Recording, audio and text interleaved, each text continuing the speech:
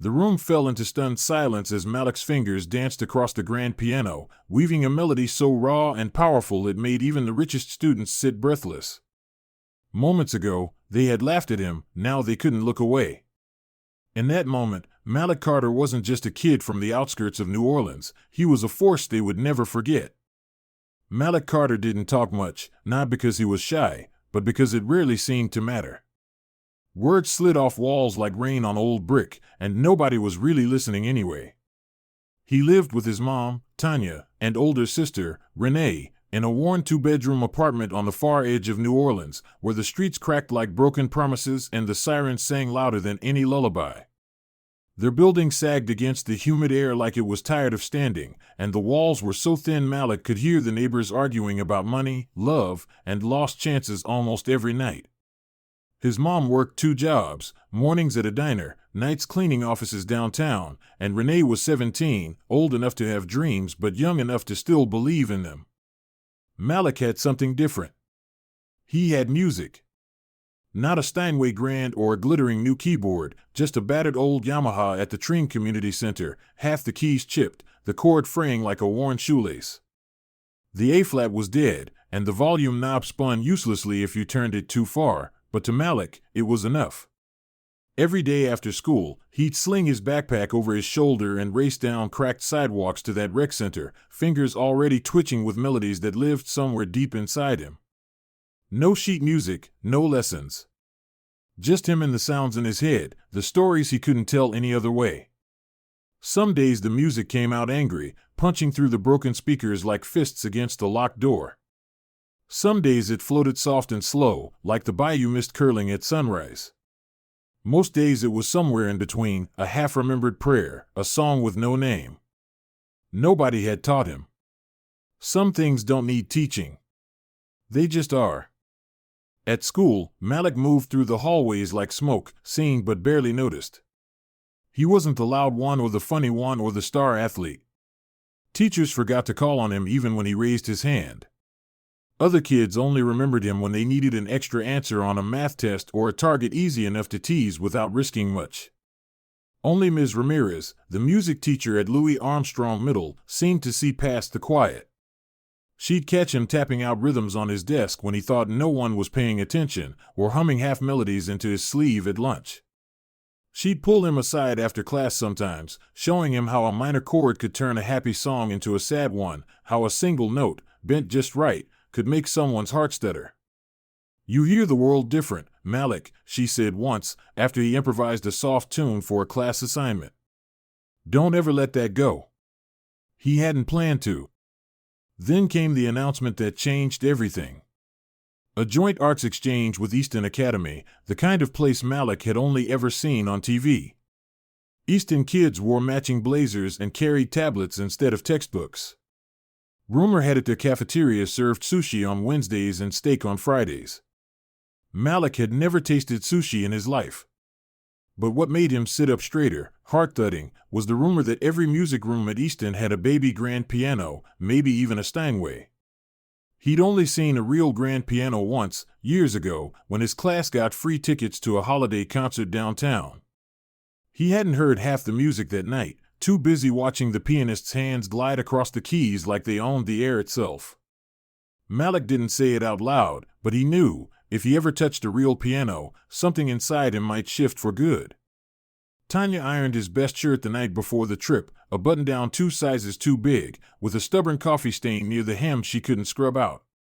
"You mind your manners," she said, not looking up from the ironing board. "Don't go embarrassing me around those people." "Yes, ma'am," Malik mumbled. "And don't touch nothing you ain't supposed to." He nodded, meaning every word, but deep down knowing that music had a way of making him forget the rules. He had no idea how much one moment, maybe mistake, maybe miracle, would change everything. The bus ride to Easton was only half an hour, but when they rolled through those iron gates, Malik felt like he'd been dropped onto another planet. Manicured lawns stretched out like green velvet. Fountains burbled happily beside brick paths. The buildings weren't just clean, they looked polished, like they'd been waxed that morning. Students in crisp navy blazers leaned against marble columns, laughing like they didn't know what it meant to worry about tomorrow. Even the sidewalk felt expensive under Malik's scuffed sneakers. Inside, the floors gleamed like mirrors. No graffiti, no gum stuck under desks, no teachers hollering down the hallway. Just this smooth, humming silence, broken only by the soft shuffle of polished shoes. Malik clutched the strap of his backpack tighter, half wanting to shrink into the walls, half desperate to touch everything. They were herded into a giant auditorium where an older man with a silver beard and a voice like a church sermon welcomed them. He said a few things about unity, diversity, the power of creativity, words that floated pretty but didn't quite stick. Malik counted heads. Out of maybe 200 kids, he was one of only a handful of black students. He felt it, heavy on his shoulders, sharp in the back of his throat. The East End Jazz Ensemble played first, tight and clean, all perfect smiles and perfect notes. It was good, Malik couldn't lie, but something about it felt too practiced, too polished, like a painting copied from a photograph instead of drawn from a memory. Malik didn't want to be perfect. He wanted to be real. They broke into workshop groups, and Malik ended up in songwriting, room 210. The others joked easily about their parents' Teslas and family trips to Aspen, swapping stories like shiny trading cards. Malik stayed quiet. Room 210 was all glass walls and smooth hardwood floors, instruments lined up in neat rows like soldiers. Guitars, violins, a cello. And at the front of the room, gleaming under the morning sun, sat the grand piano. A black Steinway. Real. Alive. Malik froze, heart banging so loud he could hardly hear anything else. The instructor hadn't arrived yet. The other kids plopped into chairs, pulling out phones, already bored. Malik stayed near the wall, staring at the piano like it might disappear if he blinked. That's when he heard it, a voice sharp and slick behind him. "Don't even think about it." Malik turned. A tall boy with slick-back blonde hair, monogrammed blazer sharp as a blade, stood with two buddies flanking him. Bradley Whitmore, if the initials on his pocket meant anything. The kind of boy whose smile felt like a warning. "That piano?" Bradley said, voice dripping fake sweetness. "That's from my dad's donation. You got anything like that in your neighborhood?" Malik blinked. He wasn't sure if the kid was serious or just looking for a target. "I wasn't gonna break it," he said, low. "You sure about that?" Bradley smirked. "Careful. Those keys aren't made for dirty fingers." The words hit like a slap. The room got quieter. A few heads turned. Heat flooded Malik's face, and for a moment he thought about walking out, about folding into himself the way he always did when people pushed too hard. But then someone laughed behind Bradley, a quick, cruel snicker, and that was it. Malik didn't decide. His body just moved. 1 second he was rooted to the wall, the next he was walking, slow, steady, straight toward the piano. Bradley's smirk faltered. His friends shifted uncomfortably. Malik didn't flinch. He pulled out the bench, palms damp but steady, and sat down. The keys gleamed, polished and smooth under the sunlight. Not like the battered keyboard at the rec center. This was weight. This was history. This was sound that didn't apologize for taking up space. He lifted his hands. Hesitated. Took one breath. And played. A single note, C, soft but strong. Then an E. Then G. He built the chord the way he always did, by feel, not formula. No one had ever taught him how to catch a song out of the air, how to stitch it into something real. It just lived inside him, waiting. His left hand dropped into a bass line, slow and steady, while the right hand spun a melody over it, raw, unfinished, aching in a way he didn't have words for. The room changed. Conversations died. Chairs creaked as people leaned forward. Even Bradley's friends didn't know where to look. Malik didn't care. He wasn't playing for them. He was playing for all the nights he spent sitting cross-legged on his bed, tapping rhythms against the mattress. For the mornings when his mom's gospel humming floated down the hallway like armor. For every time he'd been told he wasn't enough and every time he refused to believe it. The music wasn't perfect. His fingers stumbled once, missed a note. But it didn't matter. It was real. It was alive.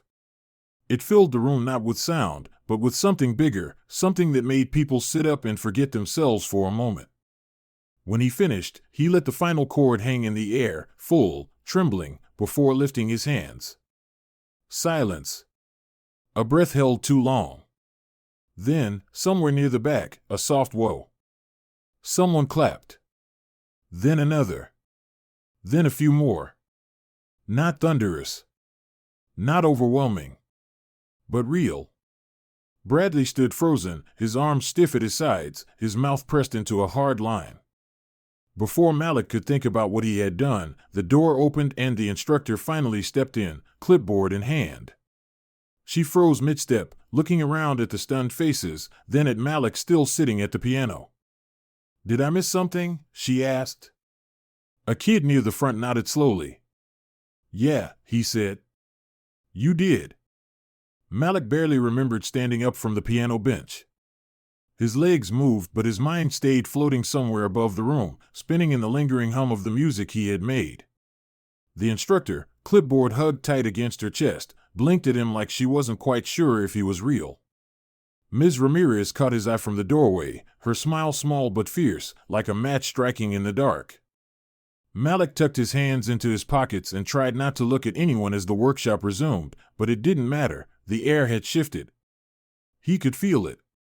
Whispers followed him when he moved, not sharp-edged like before but edged with curiosity, like people were seeing him through new glass. When the session ended, Mrs. Langston, a woman with sharp cheekbones and kind eyes, found him by the door. She crouched slightly so they were eye level and said, "I heard about what you did. Would you consider playing something at the final showcase this afternoon?" Malik's heart stuttered so hard he was sure she could hear it, but he nodded before his fear could climb out of his throat. "Good," she said warmly, touching his shoulder like he was made of something important. "You have something special, Malik. Don't hide it." The next few hours passed in a blur. His classmates from Louis Armstrong Middle were busy exploring the grounds, taking photos near the marble fountains and fancy statues. Malik barely registered any of it.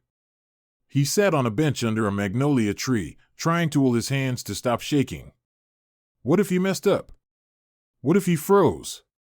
What if they all realized it had been a fluke, a lucky accident, and he wasn't really good enough to be here? Ms. Ramirez found him there, plopped down beside him with a quiet sigh, and handed him a bottle of water. "You nervous?" she asked, voice easy, no judgment. Malik nodded. "Good," she said, grinning. "Means you care." He twisted the bottle cap so hard it squeaked. "What if I mess up?" She leaned back against the bench, looking up at the thick green leaves overhead. "Everybody messes up, Malik. But not everybody has something real to say. You do. Play for that. Not for them." The showcase was set in the same massive auditorium they had gathered in that morning.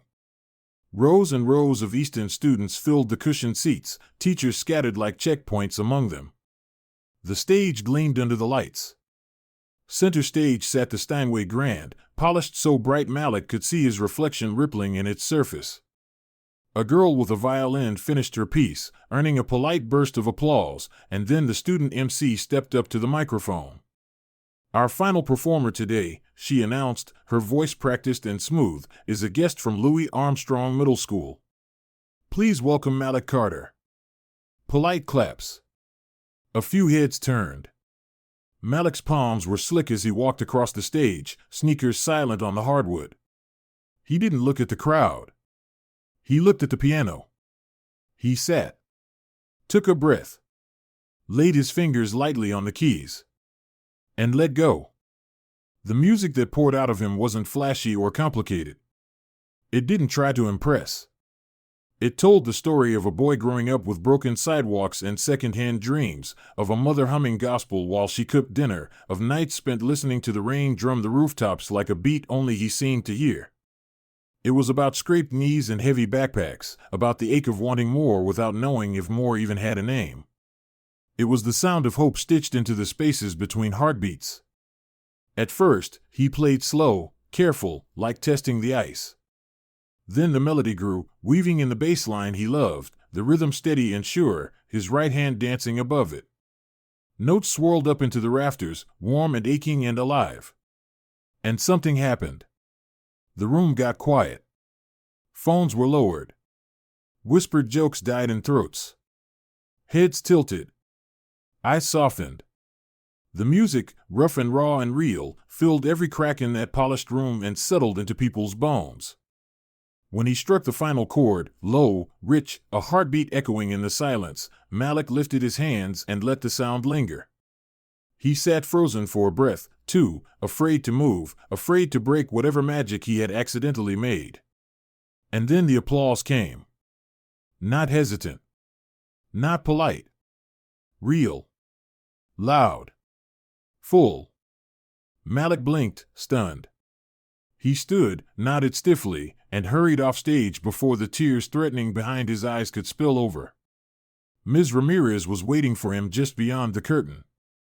She didn't say anything, just pulled him into a tight hug that smelled like chalk dust and lemon hand sanitizer and safety. Mrs. Langston approached a moment later, smiling like she knew a secret. "Malik," she said, handing him a crisp folder, "we'd like to invite you to join the Summer Arts Conservatory this year. Full scholarship." He stared at the folder like it might bite him. I don't have. No costs," Mrs. Langston said gently. "You have something special. We want to help you grow it." He didn't know what to say. Words felt too small. He just nodded, clutching the folder to his chest like it was air and he was drowning. That evening, riding the bus back to their side of the city, Malik sat by the window, watching the cracked streets and flickering neon signs slide past. The folder was tucked into his backpack, but it felt heavier than everything else combined. Jamari, a kid from his homeroom, punched him lightly in the shoulder as they bounced over a pothole. "Bro," he said, wide-eyed. "You made rich kids clap. That's wizard stuff." Malik smiled, small and private. He didn't know if it was magic. But it was something. At home, Tanya Carter listened carefully as Malik and Ms. Ramirez explained everything, the scholarship, the program, the chance. She stood in the kitchen, her arms crossed, her face unreadable. When Ms. Ramirez finished, Tanya turned to her son. "You want this?" Malik nodded, feeling the truth hum low in his bones. "I do." She looked at him for a long time, then sighed deep, the kind of sigh you only make when your heart's trying to stretch farther than it knows how. "Then we'll make it happen," she said. "But you be careful. And you remember where you come from." "I will, Mama," Malik said, his voice steady for once. "I promise." 2 weeks later, he was standing in the middle of the New Orleans School for the Arts campus, a duffel bag at his feet and a knot of nerves tight in his stomach. It wasn't fancy like Easton. The walls needed paint. The benches sagged. The sidewalks cracked just like home. But the place buzzed with something real, something electric. The instructors didn't ask him about grades or test scores. They asked him what key he felt most at home in.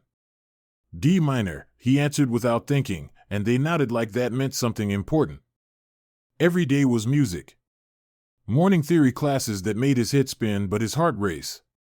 Afternoon workshops where kids banged out rhythms on gems and composed string quartets from scratch. Late-night jam sessions under the stars with kids who spoke a dozen languages but knew the same 3-chord progression. Malik thrived. By the end of the first week, he had written 3 new pieces. By the second, he was showing a kid from Shreveport how to slide into blue notes without sounding stiff. By the third, the instructors were already talking about recommending him for bigger programs, bigger stages.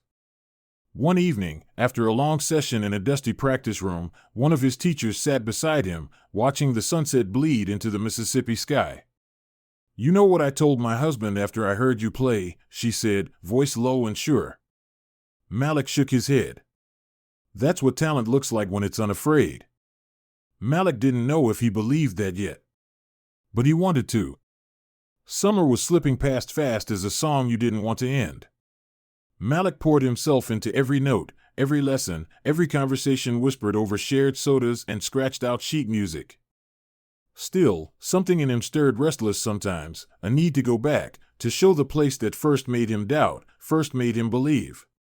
He didn't know it yet, but that chance was already waiting just around the bend. The invitation came quietly.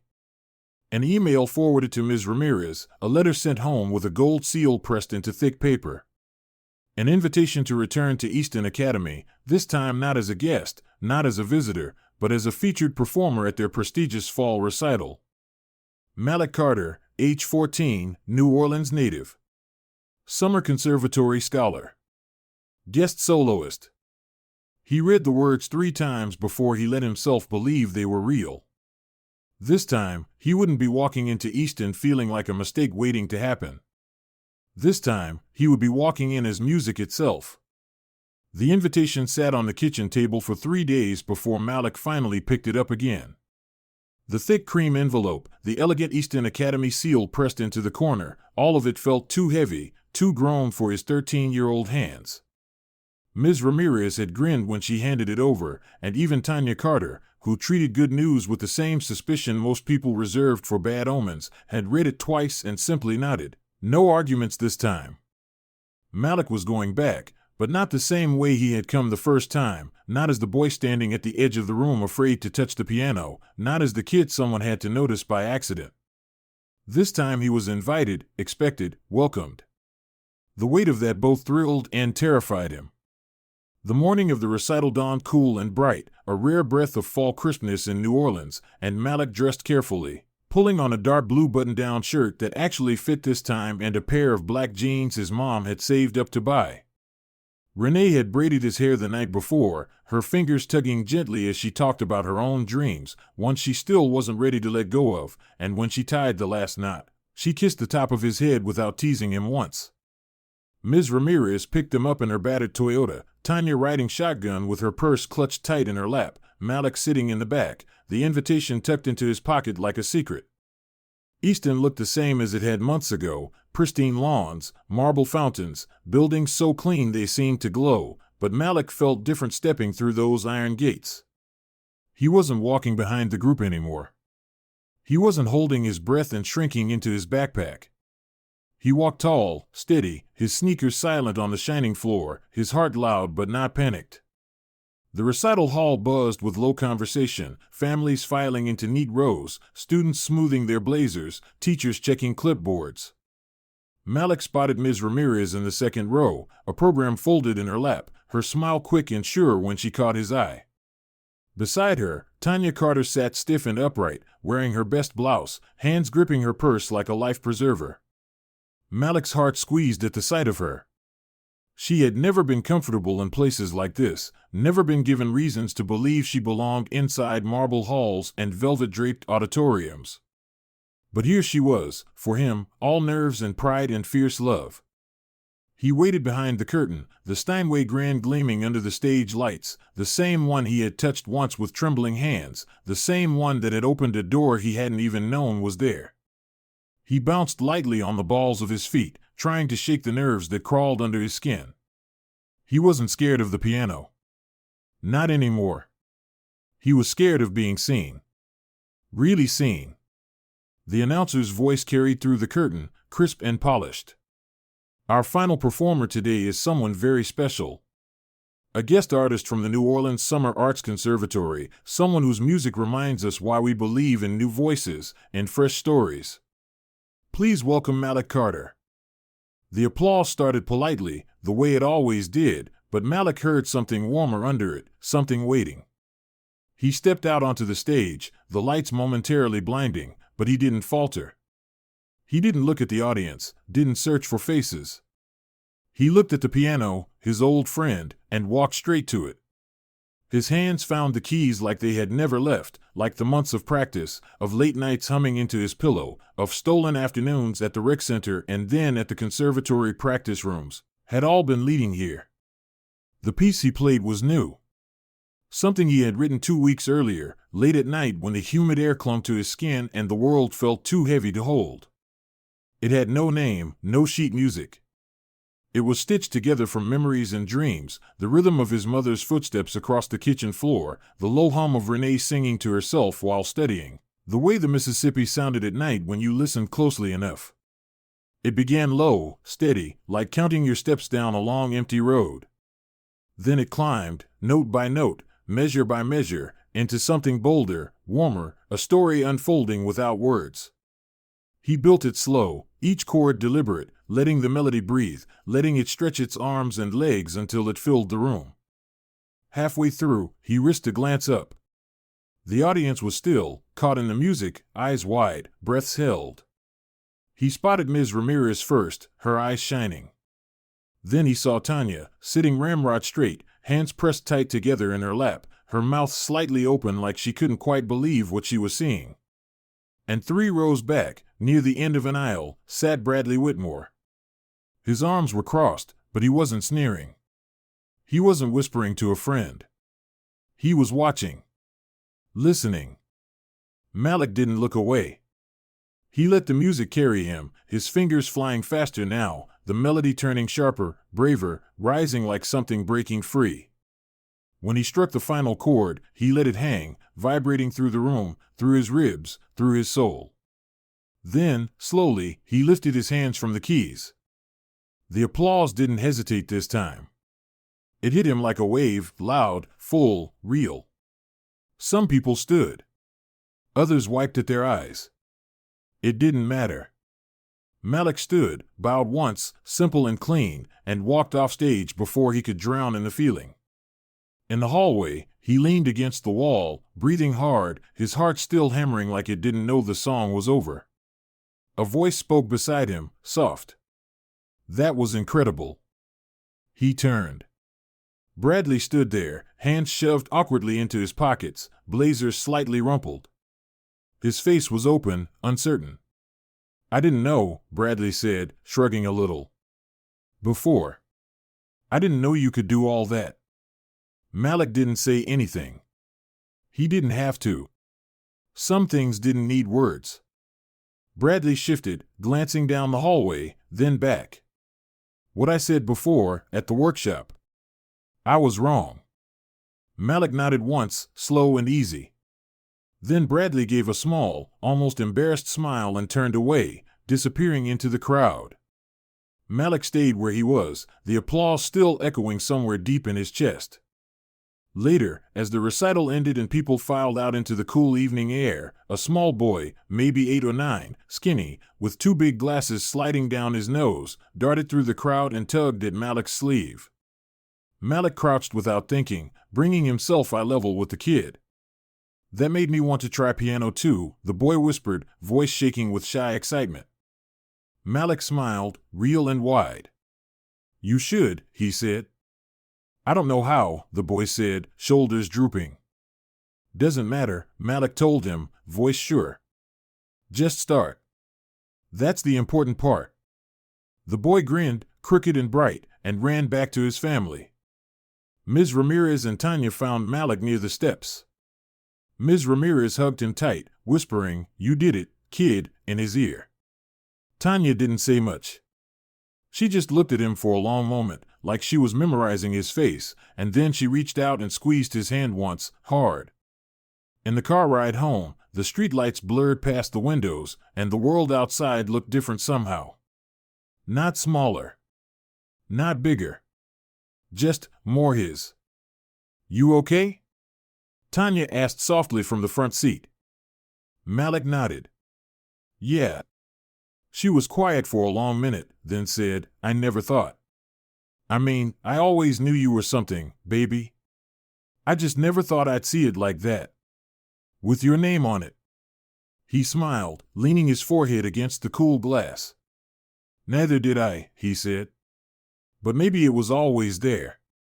She reached back without looking and found his hand, squeezed it tight.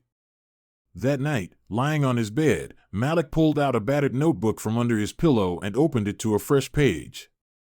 Not for music. 4 words. Scattered thoughts. feelings he didn't know how to name yet.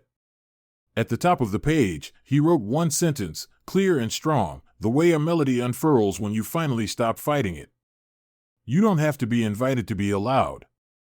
Malik stared at the words for a long time, then closed the notebook and let himself drift into sleep, the music still humming somewhere deep inside, waiting for whatever came next. Sometimes in life, the world tells you without speaking that you don't belong. It shows you through closed doors, through second glances, through spaces that feel too polished, too far away. Malik Carter's story reminds us that belonging isn't something others get to grant you. It's something you carry inside yourself. You don't need permission to dream. You don't need permission to try. And you definitely don't need permission to rise. Malik didn't walk into Easton Academy carrying a pedigree or a polished resume. He walked in carrying music stitched from his heart, his struggles, his hope. He wasn't invited to sit at that piano, he sat anyway. He didn't ask the world if he was allowed to be great, he showed it. And in doing so, he discovered a truth far bigger than a stage or a scholarship. The world may put up gates, but your gift can open them. To anyone out there who feels like they're standing on the outside looking in, wondering if they're good enough, wondering if their dreams matter, let Malik's journey be your reminder. You are enough. Your voice matters. The talents and dreams inside you are real, powerful, and needed. It doesn't matter where you start. It matters that you start. Take the first step. Play the first note. Write the first line. Build the first dream. And keep moving forward even when doubt shouts louder than hope.